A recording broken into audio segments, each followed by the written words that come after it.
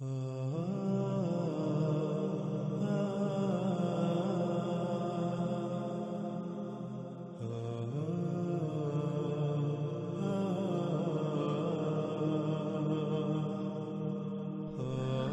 ہم بات کر رہے ہیں علامات و اشراط کی سب سے آخری اور بڑی علامات و اشراط الساعۃ میں سے ایک دخان پر۔ ہم نے گزشتہ قسط کے اختتام پر کہا تھا کہ اب بات کرتے ہیں دخان پر قرآن سے اور دیکھتے ہیں کہ قرآن دخان کے بارے میں کیا رہنمائی کرتا ہے۔ تو ناظرین، دخان کے موضوع پر قرآن میں پوری ایک سورہ دخان موجود ہے۔ ہم اس پوری سورت پر تفصیل کے ساتھ بات کریں گے انا علینا بیانہ کے تحت جاری سلسلے میں، مگر یہاں ہم سورۃ الدخان سے اپنے موضوع کے تحت چند آیات کو سامنے رکھتے ہوئے اپنے موضوع کا احاطہ کریں گے تاکہ کم وقت میں اور آسان طریقے سے قرآن سے اس موضوع کی کھل کر وضاحت ہو جائے اور کسی کے لیے بھی کسی قسم کا کوئی شک یا ابہام باقی نہ رہے۔ ناظرین، جیسا کہ ہم پہلے بتا چکے ہیں کہ پوری سورۃ الدخان پر انا علینا بیانہ کے تحت مفصل اور ہر پہلو سے بات ہوگی، اس لیے ہم سورۃ الدخان کی شروع کی آیات پر بات نہیں کریں گے، اس کے برعکس سیدھا اپنے موضوع کی طرف آتے ہیں۔ اور اس وقت آپ کو سکرین پر سورۃ دخان کی آیت نمبر 7 نظر آ رہی ہے۔ رب السماوات والارض وما بینہما ان کنتم موقنین۔ ناظرین، آیت پر بات کرنے سے پہلے آیت میں استعمال ہونے والے الفاظ کا جان لینا بہت ضروری ہے، اور آیت میں پہلا لفظ ہے رب۔ رب کہتے ہیں اس ذات کو جو کسی کو عدم سے وجود میں لائے، یعنی جب کسی کا وجود نہیں ہوتا تو اس کو وجود میں لانا، اور پھر کس طرح وجود میں لانا، یعنی اس سے کس طرح خلق کرنا، وہ تخلیق کے تمام مراحل، اسے کسی نہ کسی مقصد کے لیے خلق کرنا، اور جس مقصد کے لیے خلق کیا جانا اس مقصد کو پورا کرنے کے لیے اسے اس کی تمام ضروریات بھی مہیا کرنا، اور پھر اسے اس کے مقام پر قائم کر دینا تاکہ وہ اپنے مقام پر قائم رہتے ہوئے اس مقصد کو پورا کر سکے جس مقصد کے لیے اسے خلق کیا گیا۔ اگر وہ مخلوق اس مقصد کو پورا کرتی ہے تو اسے احسن بدلہ دینا، اور اگر وہ اس مقصد کو پورا نہیں کرتی، کمی یا کجی کرتی ہے، کوتاہی یا سستی برتتی ہے، تو اس سے حساب لینا، اس سے پوچھ گچھ کرنا اور اسے اس کی سزا دینا۔ ناظرین، یہ لفظ رب کے بہت ہی مختصر اور جامع ترین معنی ہے۔ اس آیت میں اللہ سبحانہ و تعالی نے کہا کہ رب السماوات والارض وما بینہما۔ لفظ رب کو ہم واضح کر چکے، اب آ جاتا ہے لفظ سماوات۔ السماوات جمع کا صیغہ ہے اور اس کا واحد السما ہے۔ السما عربی میں فضا یعنی خلا کو کہتے ہیں، یعنی جیسے آپ جس فضا میں موجود ہیں، جس میں آپ سانس لیتے ہیں، یہ فضا عربی میں السما کہلاتی ہے، اور السماوات اس کی جمع ہے۔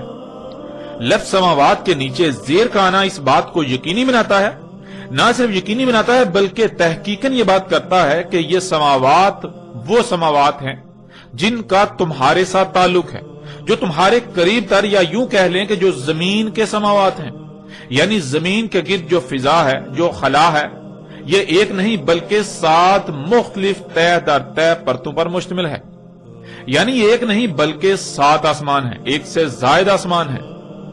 اس طرح اگلا لفظ ارض، جو کہ اسی سیارے کا ذکر کیا جا رہا ہے جس پر آپ موجود ہیں، اسے زمین بھی کہا جاتا ہے۔ آگے آ جاتا ہے وما بینہما، جس کے معنی ہے جو کچھ بھی ان دونوں میں ہے، یعنی جو کچھ بھی آسمانوں اور زمین کے درمیان ہے، جو کچھ بھی ان کے درمیان ہے، ان میں ہے۔ اب آتے ہیں ناظرین اس آیت کی طرف، اور آپ سکرین پر دیکھ سکتے ہیں کہ آیت میں بالکل صراحت کے ساتھ یہ کہا جا رہا ہے کہ رب السماوات والارض وما بینہما۔ رب السماوات، رب سماوات کا اور زمین کا، اور جو کچھ بھی السماوات اور زمین کے درمیان ہے، ان دونوں میں ہے، یعنی جب ان سب کا وجود نہیں تھا تو ان کو عدم سے وجود میں لانے والا، انہیں عدم سے وجود میں لایا گیا، انہیں خلق کیا گیا۔ تو غور کرو کہ انہیں کیسے خلق کیا گیا۔ تو ناظرین، کیا قرآن اس سوال کا جواب نہیں دیتا انہیں کیسے خلق کیا گیا؟ ہم پچھلی قسط میں تفصیل کے ساتھ یہ واضح کر چکے کہ زمین و آسمانوں اور جو کچھ بھی ان میں ہے انہیں کیسے اور کس سے خلق کیا گیا۔ انہیں کس سے خلق کیا گیا؟ انہیں دخان یعنی گیسوں سے خلق کیا گیا۔ جیسا کہ آپ اس آیت کو اپنی سکرین پر دیکھ سکتے ہیں کہ سورہ فصلت کی آیت نمبر 11 میں اللہ سبحانہ و تعالیٰ نے بالکل واضح الفاظ میں یہ بات بتا دی کہ زمین و آسمان خلق سے پہلے دخان یعنی گیسیں تھیں۔ انہیں دخان یعنی گیسوں سے خلق کیا گیا۔ اور پچھلی قسط میں بھی آپ اس بات کو تفصیل کے ساتھ جان چکے کہ زمین و آسمان اور جو کچھ بھی ان میں ہے ان سب کو گیسوں سے خلق کیا گیا۔ اور پھر ناظرین یہ کہا جا رہا ہے کہ آسمانوں اور زمین اور جو کچھ بھی ان میں ہے سب کے سب کو کسی نہ کسی مقصد کے لیے خلق کیا، اور انہیں کس مقصد کے لیے خلق کیا اس کا علم صرف اور صرف اسی کو ہے جس نے ان سب کو خلق کیا۔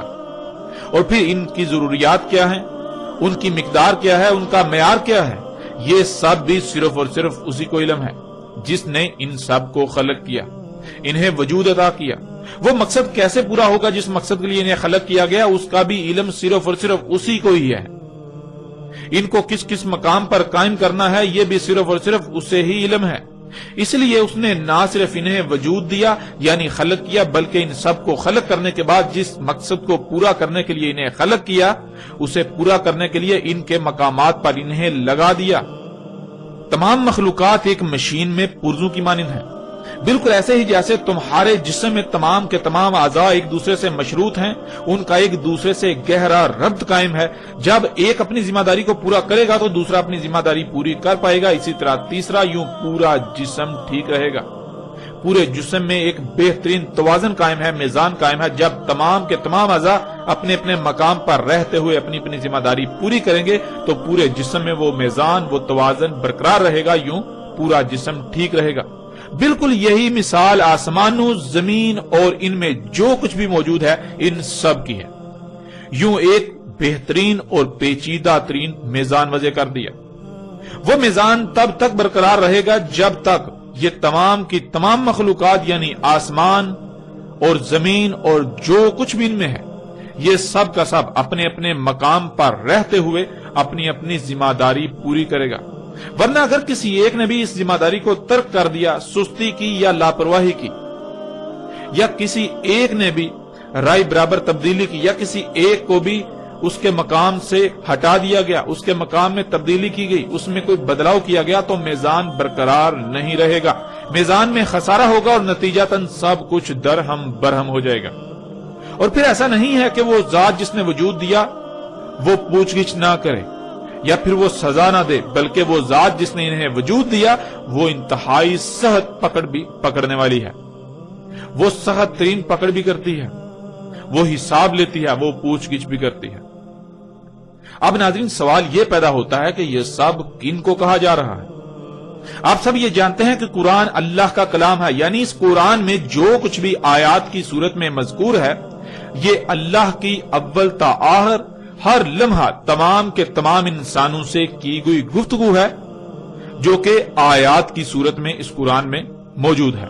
یہ قرآن اللہ کا کلام ہے، یعنی پیچھے آسمانوں اور زمینوں اور جو کچھ بھی ان میں ہے ان کے بارے میں جو کہا گیا، جو بتایا گیا، یہ اللہ کا انسانوں سے کلام ہے۔ انسانوں سے اللہ یہ کہہ رہا ہے، اور کیوں کہہ رہا ہے؟ اس لیے کہہ رہا ہے کہ تم ایسا مت کرنا، تم اس بات کا خیال رکھنا کہیں بھی کوئی چھیڑ چھاڑ نہ کرنا، کیونکہ سب کچھ تم پر واضح کر دیا گیا۔ تم ان میں چھیڑ چھاڑ نہ کرنا، تم ان میں پنگے نہ لینا، ان کو ان کے مقامات سے نہ ہٹانا، ورنہ کیا ہوگا؟ ورنہ سب کچھ درہم برہم ہو جائے گا۔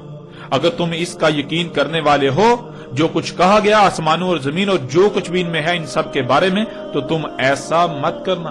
اور اسی کا اللہ سبحانہ و تعالیٰ نے آیت کے اگلے حصے میں بھی ذکر کر دیا، ان کنتم موقنین، اگر تھے تم اس بات کا یقین کرنے والے جو کچھ کہا گیا آسمانوں، زمین اور جو کچھ بھی ان کے درمیان ہے ان سب کے بارے میں۔ اب ناظرین ذرا غور کریں، جب اللہ سبحانہ و تعالیٰ نے آسمانوں، زمین اور جو کچھ بھی ان میں ہے ان سب کے بارے میں سب کچھ واضح کر دیا، ان سب کو گیسوں سے خلق کیا گیا۔ زمینوں آسمانوں میں جب بھی کوئی عمل وقوع پذیر ہوتا ہے تو اس سے گیسیں خارج ہوتی ہیں، انہیں بعض دوسری مخلوقات کی خوراک بنا دیا، یعنی ایک مخلوق کا فضلہ دوسری کا رزق، اور یہ ایک بہترین توازن میزان قائم کیا۔ نہ ہی گیسیں کم خرچ ہوتی ہیں نہ ہی زیادہ۔ آسمان و زمین اور جو کچھ بھی ان میں ہے، سب کی سب مخلوقات کی تخلیق کا کوئی نہ کوئی مقصد ہے۔ جس مقصد کے لیے خلق کیا اسے پورا کرنے کے لیے انہیں ان کے مقامات پر لگا دیا۔ تمام کی تمام مخلوقات ایک جسم اعضاء کی مانند ہے۔ زمین و آسمان بالکل ایک مشین کی مانند ہے، اور ان میں جو کچھ بھی ہے سب کی سب مخلوقات مشین میں موجود پرزوں کی مانند ہے۔ جیسے جب تک مشین کے تمام پرزے اپنے اپنے مقام پر رہتے ہوئے اپنی اپنی ذمہ داری پوری کریں گے تب تک پوری مشین ٹھیک رہے گی، ورنہ اگر کہیں بھی کوئی کمی، کجی، کوتاہی یا لاپرواہی ہوئی، کسی کا مقام تبدیل ہوا تو یہ میزان برقرار نہیں رہے گا۔ رب نے کہیں پر کوئی کمی، کجی، کوتاہی یا لاپرواہی نہیں کی۔ اس نے سب کچھ پرفیکٹ خلق کیا، کامل خلق کیا۔ ان میں کسی بھی قسم کی کوئی تبدیلی نہیں کی جا سکتی۔ اللہ کی خلق تبدیلی کے متحمل ہے ہی نہیں، اور اگر تبدیلی کی جائے گی تو کیا نتائج نکلیں گے؟ کیا ناظرین یہ سب کچھ واضح نہیں ہو چکا؟ ناظرین یہ سب کچھ محض ایک لفظ رب کا استعمال ہی واضح کر دیتا ہے، اور یہ سب واضح ہو چکا، اس سمیت باقی وہ سب بھی واضح ہو چکا جو کچھ بھی آسمانوں زمین اور جو کچھ بھی ان میں ہے ان کی تخلیق سے تعلق رکھتا ہے۔ ان کے بارے میں جتنے بھی حقائق ہیں وہ سب بھی بالکل واضح ہو چکا۔ گزشتہ ایک ساتھ میں بھی ان موضوعات پر یعنی کہ اس حوالے سے مختلف پہلوؤں سے تفصیلاً بات ہو چکی۔ تو ناظرین یہ سب کچھ واضح کیے جانے کے بعد اللہ نے یہی کہا تھا کہ اگر تم اس بات کا یقین رکھنے والے ہوئے تو تم ان میں پنگے نہیں لو، یوں سب کچھ محفوظ رہے گا۔ اور اگر تمہیں ہماری اس بات کا یقین نہ ہو، تم نے سمجھا کہ ایسا کچھ بھی نہیں، چھیڑ چھاڑ کرنے سے، ان میں پنگے لینے سے، ان میں تبدیلیاں کرنے سے کچھ بھی نہیں ہوتا۔ فطرت میں تبدیلیاں کرنے سے، فطرت کو بدلنے سے، اس میں چھیڑ چھاڑ کرنے سے کچھ بھی نہیں ہوگا۔ تو پھر یہ بات جان لو کہ جو اللہ سبحانہ و تعالیٰ نے اگلی آیت میں کہہ دی۔ اللہ سبحانہ و تعالیٰ اس میں کہتے ہیں لا الہ الا ہوا یحیی و یمیت ربکم و رب آبائکم الاولین۔ نہیں ہے الہ یعنی نہیں ہے کوئی بھی ایسی ذات جس کی بات مانی جائے کہ تمہیں جو کچھ بھی عطا کیا، خواہ وہ صلاحیتیں ہوں، مال ہو، اولاد ہو، تمہارے ہاتھ، پاؤں، کان، دل، دماغ سمیت جتنے بھی تمام کے تمام اعضاء ہیں وہ ہوں، یا رزق، یا جو کچھ بھی تمہیں عطا کیا گیا، اس سب کا کب، کہاں، کیسے، کیوں اور کس مقصد کے لیے استعمال کرنا ہے، وہ سب کیوں تمہیں عطا کیا گیا، اس کے فیصلے کا اختیار صرف اور صرف اسے ہے جو حیا کر رہا ہے اور جو موت کر رہا ہے۔ یعنی فطرت، یہ فطرت ہی ہے جو مخلوقات کو حیا کرتی ہے، انہیں وجود میں لاتی ہے، اور پھر یہ فطرت ہی ہے جو انہیں موت دیتی ہے، یعنی انہیں دوبارہ ذرات میں تبدیل کر دیتی ہے، ذرات کی صورت میں بکھیر دیتی ہے جن ذرات سے انہیں اس نے وجود دیا تھا۔ تو تمہیں جو کچھ بھی عطا کیا گیا اگر وہ سب فطرت کے تابع رکھو گے تو ہر لحاظ سے فلاح پاؤ گے، کسی قسم کا نقصان نہیں ہوگا، تمہیں ہر لحاظ سے فائدے ہی حاصل ہوں گے۔ اور اگر ان سب کا استعمال فطرت کے خلاف کیا، فطرت کے برعکس اپنی خواہشات، اپنی مرضی کے تابع کیا، حی اور موت کرنے والی ذات یعنی فطرت کے علاوہ کسی کے پیچھے بھی اس کا استعمال کیا، ان کا استعمال کیا، تو پھر تمہارا انجام کیا ہوگا، اس کو بھی اللہ سبحانہ وتعالی نے آگے واضح کر دیا، یعنی آیت کے اگلے حصے میں واضح کر دیا۔ یہ اس سے جان لو، ربکم و رب آبائکم الاولین، تمہارا رب اور تمہارے آبا کا رب جو اولین تھے، یعنی جو پہلے آ کر گزر چکے۔ ناظرین یہاں لفظ رب کے معنی ذہن میں ہونا بہت ضروری ہے۔ تمہارا رب یعنی جب تمہارا وجود نہیں تھا تو جس نے تمہیں وجود دیا، اور پھر کسی نہ کسی مقصد کے لیے وجود دیا، جس مقصد کے لیے وجود دیا سب کچھ واضح کر دیا، جیسا کہ پیچھے سب واضح ہو چکا کہ خواہ کچھ بھی ہو جائے فطرت پر قائم ہونا ہے، ہر طرف سے کٹ کر، بالکل یک رخ ہو کر، فطرت میں کوئی تبدیلی نہیں کرنی، فطرت میں کوئی چھیڑ چھاڑ نہیں کرنی، ورنہ تمہارا انجام کیا ہوگا، وَرَبُّ آبَائِكُمُ الْأَوَّلِينَ، تمہارے آبا کا رب یعنی جو زمین میں تم سے پہلے آباد تھے، انہیں بھی یہی ذات وجود میں لائی تھی، اور ان پر بھی یہ سب واضح کیا تھا، اور انہوں نے کیا کیا، اور پھر ان کا انجام کیا ہوا یہ سب تمہارے سامنے واضح کیا جا چکا۔ ناظرین، کون ہیں آبائکم الاولین؟ ذرا غور کریں، وہ کون لوگ ہیں جو موجودہ قوم سے پہلے زمین پر آباد تھے، جو اس قرآن کے نزول سے پہلے دنیا پر آباد تھے، دنیا سے ہو کر گزر چکے۔ جب آپ غور کریں گے تو آپ کے سامنے دو طرح کے لوگ آئیں گے، آپ کو دو طرح کے لوگ نظر آئیں گے۔ ایک وہ جنہیں قرآن رسول، نبیین، صدیقین، شہداء اور صالحین قرار دیتا ہے، اللہ کے بھیجے گئے رسول اور ان کے ساتھ دینے والے، ان کی اطاعت کرنے والے۔ اور دوسرے وہ جنہیں قرآن مفسدین قرار دیتا ہے، جو ذلت امیز ہلاکتوں کا شکار ہوئے، قوم نوح، قوم عاد، قوم سمود، قوم لوط، قوم شعیب اور آل فرعون وغیرہ۔ یہی ناظرین اللہ سبحانہ و تعالی یہاں کہہ رہا ہے کہ اب فیصلہ تمہارے اپنے ہاتھ میں ہے کہ جو کچھ تمہیں آسمانوں، زمین اور جو کچھ بھی ان میں ہے ان کے بارے میں بتایا گیا، اس پر یقین کرتے ہوئے کسی قسم کی کوئی چھیڑ چھاڑ نہیں کرتے، کوئی تبدیلی نہیں کرتے، ان میں پنگے نہیں لیتے، اور ہر طرف سے کٹ کر فطرت پر قائم ہوتے ہوئے اور رسولوں اور ان کے ساتھیوں، نبیین، صدیقین، شہداء اور صالحین میں شامل ہوتے ہو، یا پھر تم بھی حق ہر لحاظ سے کھل جانے کے بعد یقین کرنے کے بجائے یہی کہتے ہو کہ نہیں، زمین و آسمانوں میں پنگے لینے سے کچھ نہیں ہوگا، ان میں تبدیلیاں کرنے سے کچھ نہیں ہوگا، ایسا کچھ نہیں، جو جی میں آئے کرو، جو جی چاہے کرو، اللہ کی آیات میں جو کہ اللہ کی مخلوقات ہیں ان میں چھیڑ چھاڑ کرو، ان کو ان کے مقامات سے ہٹاؤ، ان کو جیسے جی چاہے استعمال کرو، خود خالق بن بیٹھو۔ اس نے ہماری ضروریات کیا تھیں وہ خلق کی ہی نہیں، اگر کی تو اسے علم ہی نہ تھا کہ کیسی خلق ہونی چاہیے تھی، کیسی خلق کی جانی چاہیے تھی، اس نے فرض کر دیا، اس نے نامکمل خلق کی، وہ بھول گیا تھا، اس لیے خود سے اپنی تیز ترین ضروریات خلق کرو، اور پھر یوں زمین و آسمانوں میں پنگے لیتے رہو، کچھ بھی نہیں ہونے والا، ان میں کوئی خرابی نہیں ہونے والی، اور یوں کہتے ہوئے پھر یہی کرو گے۔ اگر ایسا کرتے ہو تو پھر تم اپنے آبا، کون ہے تمہارے آبا؟ تمہارے آبا ہیں قوم نوح، قوم عاد، قوم سمود، قوم شعیب، قوم لوط اور آل فرعون، ان کا انجام بھی ذہن نشین کر لو۔ جس طرح وہ عبرت کا نشان بنا دیے گئے، بالکل عین اسی طرح تم بھی تمہارے آبا کی طرح عبرت کا نشان بنا دیے جاؤ گے۔ جیسے انہوں نے آسمانوں، زمین اور جو کچھ بھی ان میں ہے، ان میں تبدیلیاں کی، جس سے زمین و آسمانوں میں فساد ہوا اور بالآخر بڑی بڑی تباہیوں کی صورت میں ظاہر ہوا اور وہ ہلاک ہوئے، بالکل وہی تمہارے ساتھ بھی ہوگا۔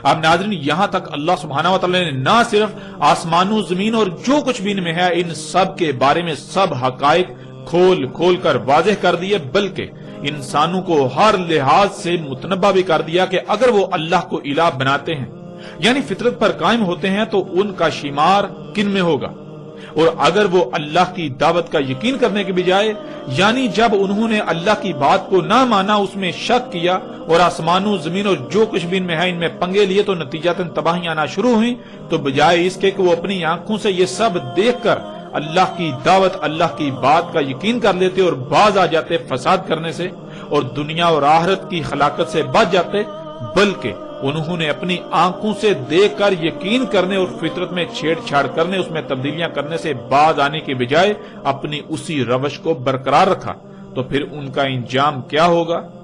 یعنی پھر ان موجودہ انسانوں کا انجام کیا ہوگا؟ یہ سب بھی واضح کر دیا۔ ان کا انجام بھی بالکل وہی ہوگا جو ان سے پہلے ان کے آبا کا ہو چکا۔ کون ہے ان کے آبا؟ قوم نوح، قوم عاد، قوم سمود، قوم شعیب، قوم لوط اور آل فرعون وغیرہ۔ ان سے بالکل مختلف نہ ہوگا، ان کی حالت بھی بالکل انہی کی طرح کی ہوگی، ان کے ساتھ بھی بالکل وہی کیا جائے گا، وہی ہوگا جو ان کے ساتھ ہوا۔ اور ان کے ساتھ کیا ہوا؟ اللہ سبحانہ و تعالیٰ نے قرآن میں بار بار یہ بات کھول کھول کر واضح کر دی۔ ناظرین، اب یہاں سوال یہ پیدا ہوتا ہے کہ اتنا کچھ واضح ہونے کے باوجود بھی موجودہ قوم یعنی زمین پر آباد موجودہ انسانوں نے کیا کیا؟ آپ غور کریں گے تو آپ پر سب کچھ کھل کر واضح ہو جائے گا۔ آگے اللہ سبحانہ تعالیٰ کیا کہتے ہیں اسے بھی جان لیں۔ آگے اللہ سبحانہ تعالیٰ آیت نمبر 9 میں کہتے ہیں بل ہم فی شک یلعبون، بلکہ یہ شک میں پڑے لعب کر رہے ہیں۔ ناظرین، اس آیت میں بھی استعمال ہونے والے الفاظ کو جاننا بہت ضروری ہے۔ اس میں جان لیتے ہیں لفظ یلعبون کو۔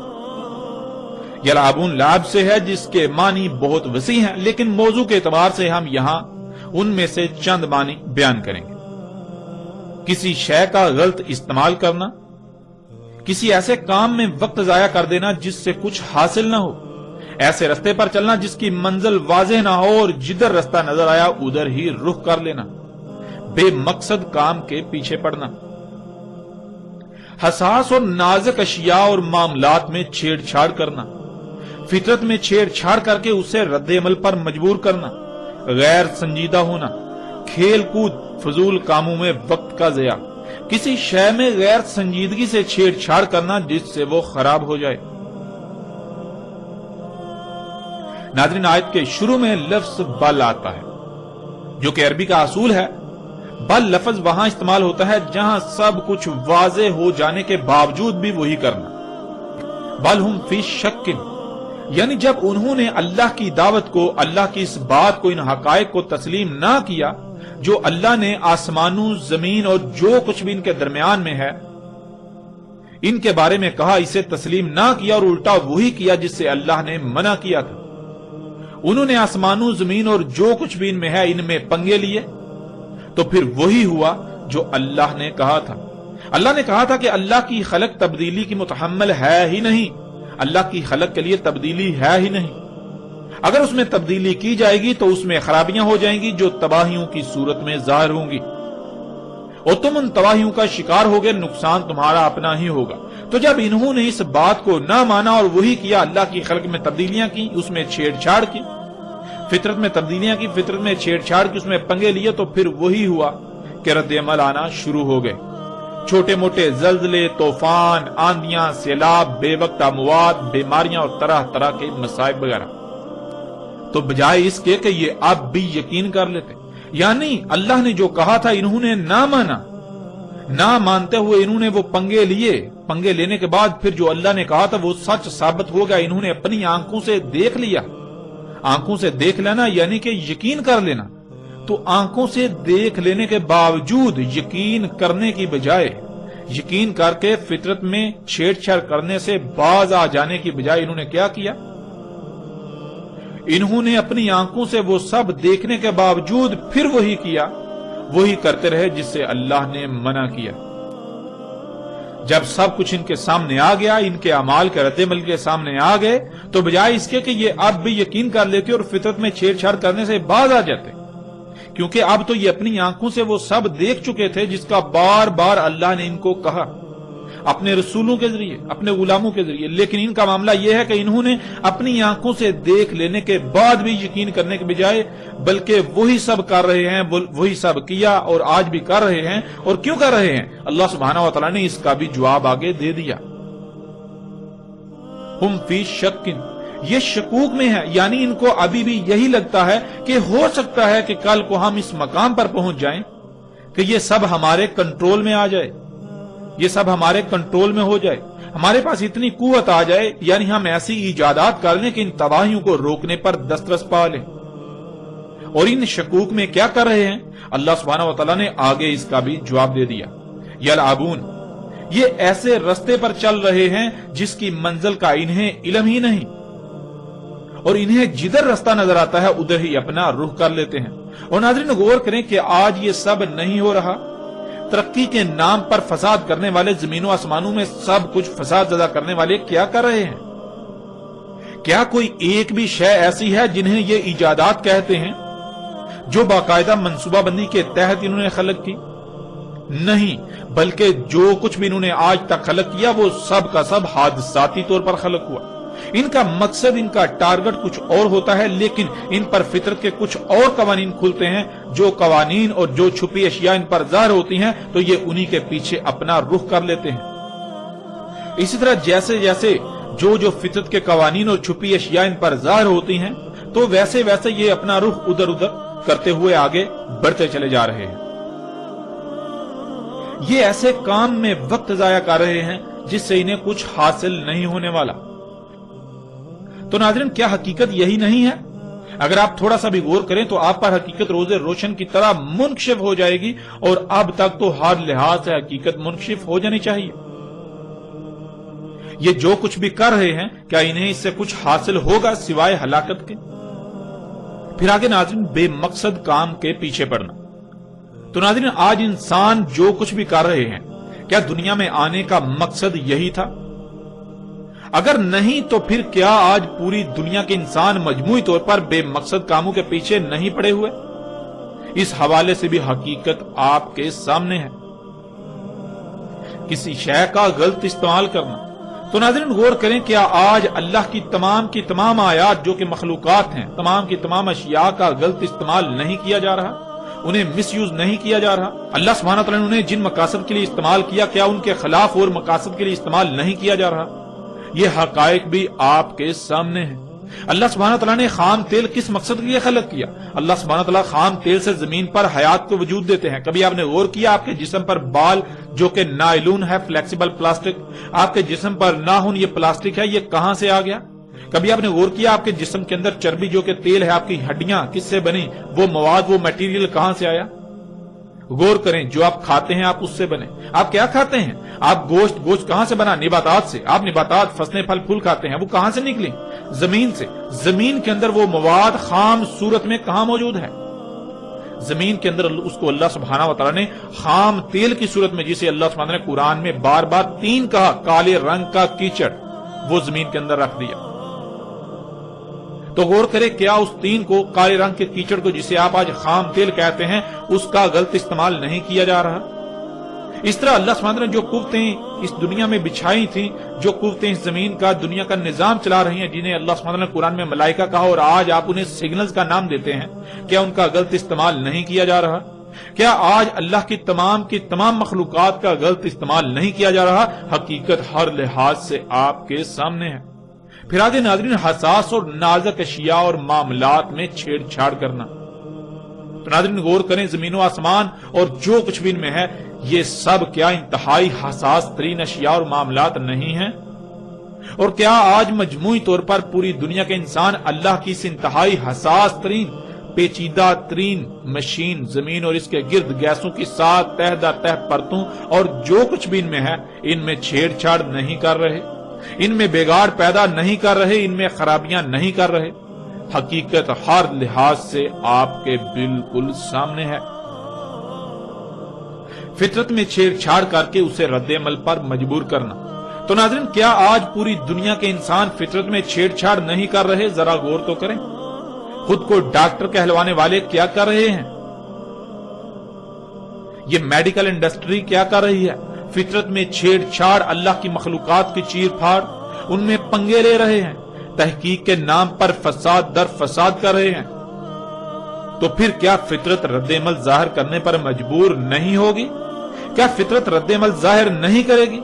حقیقت آپ کے سامنے ہے۔ کیوں نہیں، بلکہ آپ یہ سب آج اپنی آنکھوں سے دیکھ رہے ہیں۔ جس قدر میڈیکل کا شعبہ بڑھتا جا رہا ہے، اس قدر طرح طرح کی بیماریاں بھی بڑھتی چلی جا رہی ہیں۔ انجینئرز کو لے لیں، وہ کیا کر رہے ہیں؟ وہ فطرت میں چھیڑ چھاڑ کر کے فطرت کو رد عمل پر مجبور کر رہے ہیں۔ کیا وہ ایسا نہیں کر رہے؟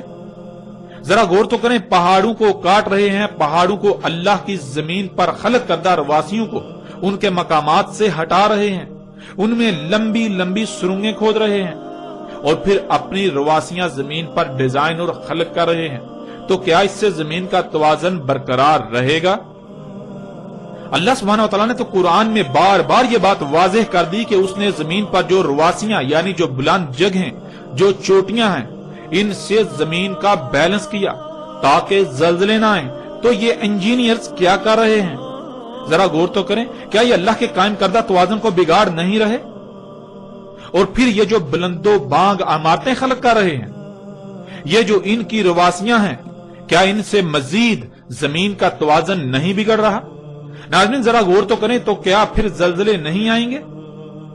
کیوں نہیں؟ جب فطرت میں چھیڑ چھاڑ کر کے اس کو رد عمل پر مجبور کیا جائے گا تو فطرت رد عمل کا اظہار نہ کرے؟ ایسا کیسے ہو سکتا ہے؟ اور کیا یہ سب آج آپ اپنی آنکھوں سے پوری دنیا میں ہوتا ہوا نہیں دیکھ رہے؟ آج یہ سب اپنی آنکھوں سے آپ ہوتا ہوا دیکھ رہے ہیں۔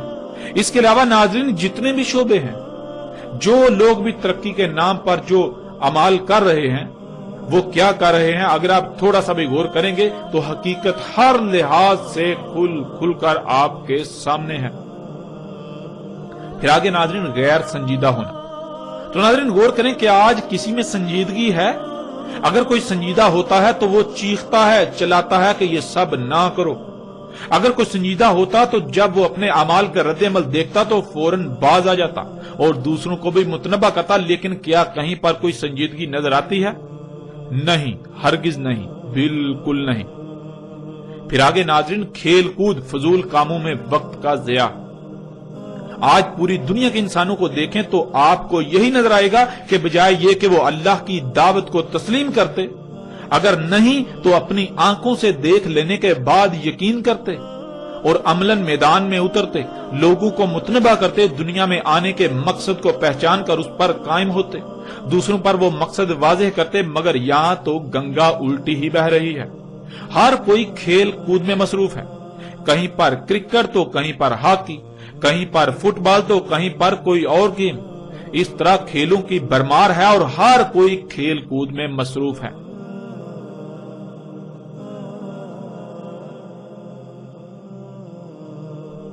کسی کو رائے برابر بھی احساس نہیں کہ اس کے ان اعمال کا انجام کیا سامنے آنے والا ہے۔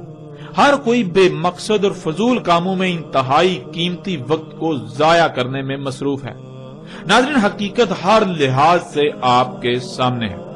اور پھر آگے اللہ سبحانہ تعالیٰ نے کیا کہا، اسے بھی جان لے۔ آگے اللہ سبحانہ تعالیٰ سورہ دخان کی آیت نمبر 10 میں کہتے ہیں فَارْتَقِبْ يَوْمَ يَأْتِي السَّمَاءُ بِدُخَانٍ مُبِينٍ، پس انتظار کرو اس یوم کا، آ جائے آسمان کھلم کھلے ہر طرف سے گیسوں کے ساتھ۔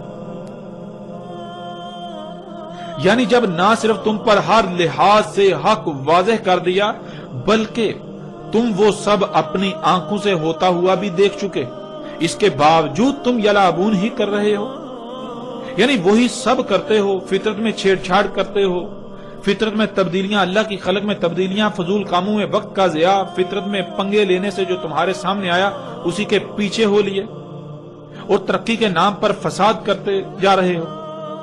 سنجیدگی کی بجائے کھیل کود اور فضول کاموں میں مصروف ہو، دنیا میں آنے کے مقصد کو نہ پہچانا اور اسے پورا نہ کیا، اور یہی سب کرتے رہے اور کر رہے ہو جس سے تمہیں بار بار سختی سے روکا، بار بار سختی سے منع کیا۔ اللہ کی مخلوقات کا مس یوز کر رہے ہو، ان کا غلط استعمال کر رہے ہو جس سے تمہیں بار بار روکا، تو پھر یہ سب ہو کر رہے گا۔ کیا ہو کر رہے گا؟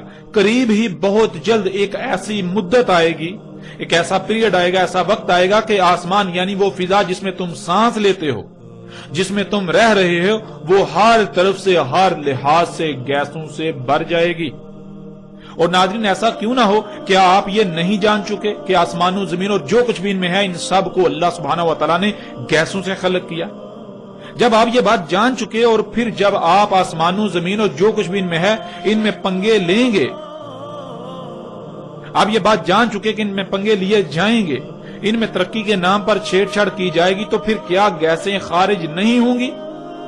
کیوں نہیں، ضرور، بالکل ضرور خارج ہوں گی، کیونکہ جب یہ سب کچھ گیسوں سے خلق کیا تو جب ان کو کیمیا یا عمل سے گزارا جائے گا، ان میں پنگے لیے جائیں گے، جب کچھ خود سے خلق کیا جائے گا تو ظاہر ہے گیسیں تو خارج ہوں گی۔ ناظرین ذرا غور کریں، جس سواری پر آپ سوار ہوتے ہیں، آپ کے سفر کے ذرائع، کیا وہ طرح طرح کی زہریلی گیسیں خارج نہیں کر رہے؟ آپ کے گھر میں الیکٹرانکس یعنی بجلی کا تمام سامان طرح طرح کی نہ نظر آنے والی انتہائی خطرناک گیسیں خارج نہیں کر رہا؟ وہ آپ کا ٹی وی ہو یا کمپیوٹر، وہ آپ کی فریج ہو یا اے سی، یہاں تک کہ آپ کی جیب یا آپ کے ہاتھ میں موجود موبائل، ہر شے طرح طرح کی زہریلی گیسیں خارج کر رہی ہے۔ آپ جو کچھ بھی استعمال کرتے ہیں، وہ برتن ہوں یا کپڑے، وہ جوتے ہوں یا آپ کی طرح طرح کی رنگ برنگی خوراکیں، خواہ وہ مشروبات ہوں، کیا کبھی آپ نے غور کیا ان کی تخلیق میں؟ جن کارخانوں میں وہ تیار ہوتی ہیں ان سے کس قدر زہریلی گیسیں خارج ہوتی ہیں؟ ان کی تخلیق کے مراحل کیا ہے؟ ان کی تخلیق کے مراحل سے کس قدر زہریلی گیسیں خارج ہو رہی ہیں؟ آپ جتنی بھی مشینیں استعمال کرتے ہیں ان کی چمنیوں میں غور کریں، جن گاڑیوں پر آپ سفر کرتے ہیں، جن ٹرینوں پر آپ سفر کرتے ہیں، جن جہازوں پر آپ سفر کرتے ہیں، وہ سب کی سب اشیاء کیا خارج کر رہی ہیں؟ کیا وہ طرح طرح کی گیسیں خارج نہیں کر رہی؟ ناظرین، حقیقت ہر لحاظ سے آپ کے سامنے ہے، اور کیا آج وہ یوم یعنی وہ مدت نہیں آ چکی جو ایسی مدت ہونا تھی جس دوران یہ آسمان یعنی یہ فضا ہر طرح سے، ہر لحاظ سے گیسوں سے بھر جانا تھی؟ ناظرین، حقیقت آپ کے سامنے ہے، آج پوری دنیا ان گیسوں سے بھر چکی۔ یہ پہلا آسمان جس میں آپ موجود ہیں، جس میں آپ سانس لیتے ہیں، یہ آپ کے اپنے ہی کرتوتوں سے خارج ہونے والی طرح طرح کی زہریلی گیسوں سے بھر چکا۔ کیا آپ کو یہ سب نظر نہیں آ رہا؟ کیا آپ اندھے ہیں؟ کیا آپ اللہ کے قانون میں اموات ہیں؟ کیا آپ قبروں میں ہیں؟ کیا آپ اللہ کے قانون میں محض چوپائے ہیں؟ ناظرین، غور تو کریں، کیا یہ سب آج آپ کو نظر نہیں آ رہا؟ جبکہ یہ اٹل حقیقت ہے، اس کے باوجود اگر آپ کو نظر نہیں آ رہا تو اللہ سبحانہ وتعالی قرآن میں بار بار ایسوں کو اموات قرار دیتا ہے، ایسوں کو قبروں میں قرار دیتا ہے، ایسوں کو چوپائے یا پھر شر الدواب قرار دیتا ہے۔ یہ جو چلنے پھرنے والی رینگنے والی مخلوقات ہیں، ان میں سے جو سب سے شر ہیں وہ قرار دیتا ہے، یعنی جن کی وجہ سے زمین و آسمانوں میں سب کو نقصانات، تباہیاں لاحق ہوتی ہیں، جن سے فائدہ حاصل ہونے کی کوئی توقع ہو ہی نہیں سکتی۔ تو ناظرین، حقیقت کیا ہے؟ آپ غور کریں، آپ کو یہ بھی سمجھ آ جائے گی کہ آپ کا شمار اللہ کے قانون میں کن لوگوں میں ہے، کہاں پر ہے، آپ کہاں کھڑے ہیں۔ آپ اللہ کے قانون میں حیا ہیں یا پھر آپ اللہ کے قانون میں اموات ہیں، قبر میں ہیں۔ تو ناظرین، جان لے یہ حقیقت آپ کی آنکھوں کے سامنے ہے، اس کو آپ جھٹلا نہیں سکتے۔ اگر آپ اسے تسلیم کرنے سے انکار کرتے ہیں تو نقصان آپ کا اپنا ہی ہوگا، کسی دوسرے کا نہیں۔ آج اگر آپ نہیں تسلیم کرتے اور اپنی سابقہ روش کو برقرار رکھتے ہیں تو جان لیں ان قریب آپ چیخ چیخ کر تسلیم کرنے کا اعلان کریں گے، لیکن تب کوئی نفع نہ دے گا، تب آپ کا ماننا فرعون کے ماننے کی مثل ہوگا۔ تو ناظرین، بڑھتے ہیں آگے اور دیکھتے ہیں کہ اللہ سبحانہ و تعالیٰ نے سورہ دخان کی اگلی آیت میں کیا کہا۔ آگے اللہ سبحانہ و تعالیٰ کہتے ہیں، سورہ دخان آیت نمبر 11، یغشی الناس ھذا عذاب علیم، جو انسانوں کو ڈھانپ لے گا یہ سزائے علیم ہے، عذاب علیم ہے۔ اللہ سبحانہ و تعالیٰ نے اس آیت میں یہ بات واضح کر دی کہ جب وہ مدت آئے گی کہ آسمان کھلم کھلا ہر لحاظ سے، ہر طرف سے گیسوں سے بھر جائے گا، یعنی یہ فضا جس میں آپ موجود ہیں یہ گیسوں سے بھر جائے گی، تو کیا ہوگا؟ یغشی الناس، انسانوں کو ڈھانپ لیں گی، یعنی جیسے رات کو اندھیرا چھا جاتا ہے کہ ہر شے کو ڈھانپ لیتا ہے، بالکل ایسے ہی یہ گیسیں انسانوں کو ڈھانپ لیں گی۔ یہاں یہ بات ذہن میں ہونا بہت ضروری ہے کہ اندھیرے کو انسانی آنکھ دیکھنے کی صلاحیت رکھتی ہے، لیکن انسانی آنکھ تمام کے تمام گیسوں کو دیکھنے کی صلاحیت نہیں رکھتی، ماسوائے صرف چند ایک۔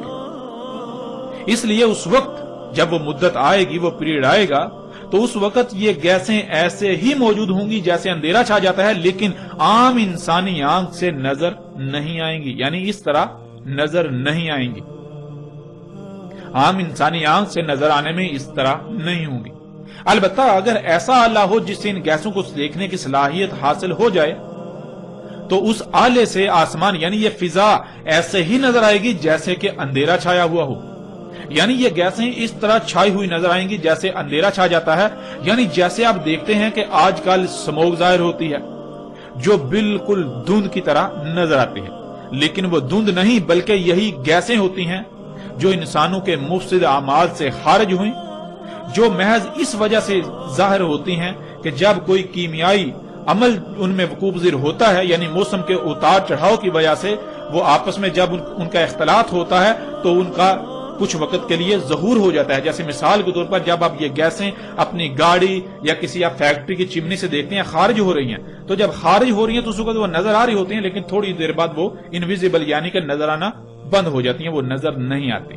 بالکل اسی طرح یہ جسے آپ سموگ کہتے ہیں یہی گیسیں ہیں، اسی طرح اس فضا میں موجود ہیں لیکن نظر نہیں آ رہی۔ جب ان میں موسم کی وجہ سے کوئی کیمیائی ریاکشن ہوتا ہے، کوئی عمل ہوتا ہے تو اس عمل کے رد عمل میں یہ دوبارہ یہ ظاہر ہو جاتی ہیں. اور یہ کیوں ظاہر ہوتی ہیں؟ جسے آپ سموک کہتے ہیں آج کل، یہ اللہ کی آیات میں سے ہے. یہ انسانوں کو یہ دکھانے کے لیے ہے کہ عقل کے اندھو دیکھو، آج یہ فضا ان گیسوں سے بھر چکی. یہ صرف اور صرف آپ کو دکھانے کے لیے اللہ نے قانون میں ایسا کر دیا کہ وقتاً فوقتاً یہ اس طرح ظاہر ہوتی رہیں، تاکہ آپ پر یہ چیز بالکل واضح کر دی جائے کہ یہ اس طرح سے آپ کو لپیٹ میں لے چکی ہوئی ہیں، انہوں نے اس طرح سے آپ کو ڈانپ لیا ہوا ہے. تو ناظرین، جب دنیا میں یہ حالت ہو جائے گی تب اس وقت اللہ انسانوں سے کلام کرتے ہوئے یہ کہہ رہا ہے، ھذا عذاب علیم، یہ عذاب علیم ہے. ناظرین، یہاں یہ بات ذہن میں ہونا بہت ضروری ہے کہ اللہ انسانوں کو عربی کے محض ان 3 الفاظ میں ایسا نہیں کہہ رہا، بلکہ اللہ تو انسانوں سے کلام کرتا ہے، انسانوں سے گفتگو کرتا ہے جیسے اس کا قانون ہے. اور اللہ کا قانون یہ ہے کہ اللہ انسان چونکہ بشر ہیں تو انہی میں سے کسی بشر کا انتخاب کرتا ہے، اور اس کے ذریعے سے یعنی اس بشر کے ذریعے سے اللہ انسانوں سے انہی کی زبان میں کلام کرتا ہے، گفتگو کرتا ہے. تو جب دنیا میں یہ وقت آ گیا کہ یہ فضا ہر طرف سے کھلم کھلا گیسوں سے بھر چکی، جو کہ انسانوں کے اپنے ہی مفسد اعمال کی وجہ سے ہوا، اور وہ گیسیں انسانوں کے لیے عذاب علیم یعنی ان کے اپنے ہی مفسد اعمال کی سزا بن جائیں گی، تو اس وقت اللہ اپنے کسی عبد بشر یعنی اپنے کسی غلام بشر کے ذریعے انسانوں سے کھول کھول کر یہ کہہ رہا ہے، انسانوں سے کلام کر رہا ہے کہ یہ تمہارے اپنے ہی برے اعمال کی سزا ہے تمہارے لیے.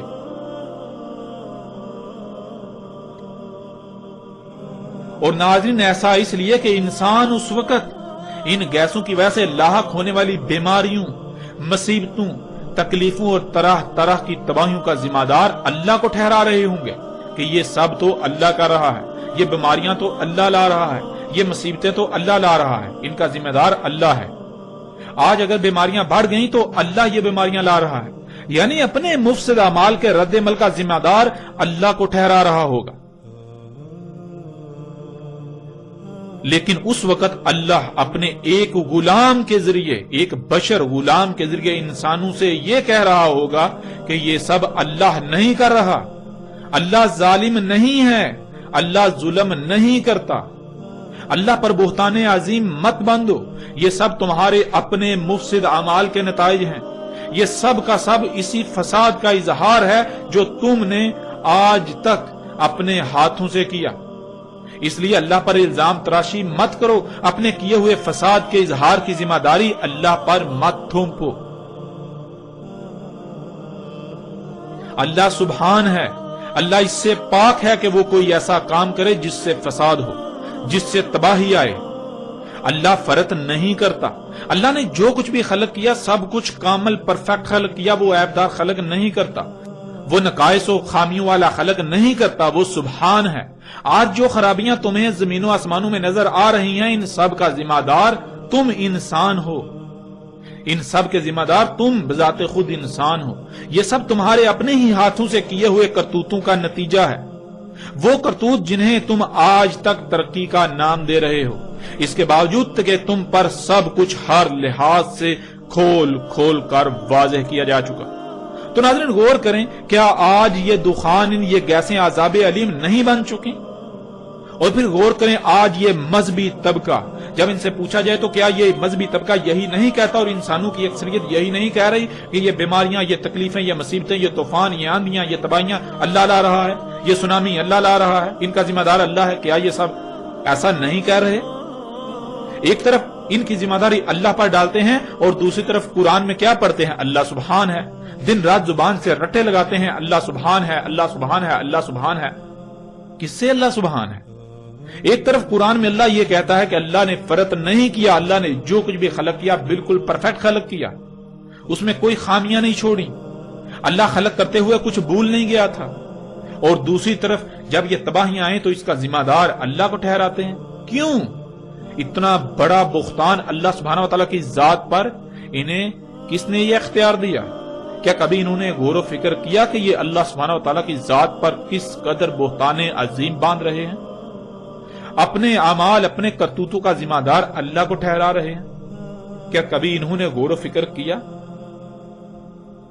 اور ناظرین غور کریں کہ آج یہ گیسیں عذاب علیم نہیں بن چکے؟ ان گیسوں کی وجہ سے ہر سال لاکھوں کی تعداد میں اموات، اور شاید ہی کوئی ایک بھی انسان ایسا ہو جو ان گیسوں کی وجہ سے متاثر نہ ہو، بلکہ ہر کوئی ان گیسوں کی وجہ سے طرح طرح کی بیماریوں کا شکار ہوئے۔ ان گیسوں کی وجہ سے موسموں کا نظام درہم برہم ہو چکا، جن سے آندیاں، طوفان اور بے وقت بارشیں ہو رہی ہیں، اور پھر سیلاب آ رہے ہیں۔ ان سیلاب کی وجہ سے طرح طرح کی تباہیوں کا انسانوں کو سامنا ہے، وباؤں بیماریوں کا سامنا ہے۔ ان گیسوں کی وجہ سے آسمان پھٹ کر اس میں سوراخ ہو چکا، جس کی وجہ سے سورج سے خارج ہونے والی خطرناک ترین لہریں زمین پر آ رہی ہیں، جن کو آسمان کی وہ تیر زمین پر آنے سے روکتی تھی، انہیں واپس دوبارہ خلا میں بھیج دیتی تھی، اور ان کی وجہ سے درجہ حرارت دن بدن بڑھتا چلا جا رہا ہے۔ موسموں کا نظام درہم برہم ہو چکا، گرمی کی شدت میں دن بدن اضافہ ہوتا چلا جا رہا ہے، اور پھر اس گرمی سے طرح طرح کی بیماریوں اور ہلاکتوں میں اضافہ ہوتا جا رہا ہے۔ ایسے ہی جیسے جیسے آپ غور کرتے جائیں تو نہ ختم ہونے والی ہلاکتوں اور تباہیوں کی فہرست بنتی چلی جائے گی، جو انسانوں کو صرف اور صرف انہی گیسوں کی وجہ سے ہر طرف سے آج گھیرے ہوئے ہیں۔ ناظرین یہ ہے ان دخان یعنی ان گیسوں کا عذاب علیم، یعنی انسانوں کے مفسد اعمال کے بھیانک رد عمل، جو کہ ان مفسد اعمال کی سزا ہیں۔ تو ناظرین غور کریں، کیا آج یہ سب حقائق آپ کے سامنے نہیں ہیں؟ ذرا غور تو کریں۔ کیا یہ فضا دخان یعنی ان گیسوں سے ہر طرف سے نہیں بھر چکی؟ سکرین پر یہ تصاویر آپ اپنی آنکھوں سے دیکھ رہے ہیں۔ اپنے اخبارات ٹٹولیے، ان میں بھی آپ کو روزانہ کی بنیاد پر ایسی خبریں ملیں گی۔ کیا یہ دخان ان انسانوں کے لیے عذاب علیم کی صورت اختیار نہیں کر چکی؟ اور ناظرین کیا کوئی ایسی شخصیت موجود ہے جو یہ حقائق ہر لحاظ سے آپ پر کھول کھول کر رکھ رہی ہے؟ ناظرین ذرا غور تو کریں، یہ سب آج آپ کے سامنے ہو رہا ہے، یہ سب حقائق آپ کے سامنے۔ اگر آپ ان حقائق سے آج اپنی آنکھیں بند کر لیں گے تو جان لیں ایک عظیم عذاب آپ کے بالکل سر پر آ چکا ہے۔ آج بے شک آپ کو ادراک نہیں ہو پا رہا، مگر جلد ہی جیسے ہی اس عذاب عظیم کو اپنی آنکھوں سے دیکھیں گے تو تب آپ کو ادراک ہو جائے گا۔ لیکن تب کیا فائدہ؟ تب تو بڑے بڑے رب ہونے کے دعوے دار بھی تسلیم کرنے پر مجبور ہو جاتے ہیں، تب تو فرعون بھی مجبور ہو گیا تھا، تو پھر آپ کیا شے ہیں؟ اور پھر کیا تب تسلیم کرنا کوئی نفع دے گا؟ یہ حقیقت بھی آپ کے سامنے ہے۔ ناظرین ان قریب بالکل وہی ہونے والا ہے جو قوم نوح کے ساتھ ہوا، اور قوم نوح کے ساتھ کیا ہوا یہ آپ جانتے ہیں۔ ان قریب وہ ہونے والا ہے جو قوم عاد اور قوم سمود کے ساتھ ہوا۔ قوم عاد اور قوم سمود کے ساتھ کیا ہوا؟ قوم عاد اور قوم سمود القاریہ یعنی ایٹمی بموں کی لپیٹ میں آئے، ایٹمی تباہیوں کی لپیٹ میں آئے، ایٹمی بموں کی جنگوں کی لپیٹ میں آئے، اور انہوں نے ایٹمی بموں نے ان کو صفحہ ہستی سے مٹا دیا، اور وہ آج ہونے والا ہے۔ اور یہ تباہی، یہ عذاب عظیم بہت جلد آپ کے سامنے آنے والا ہے۔ ہلاکت آپ کے سر پر آ چکی، ان قریب آپ اسے اپنی آنکھوں سے دیکھیں گے۔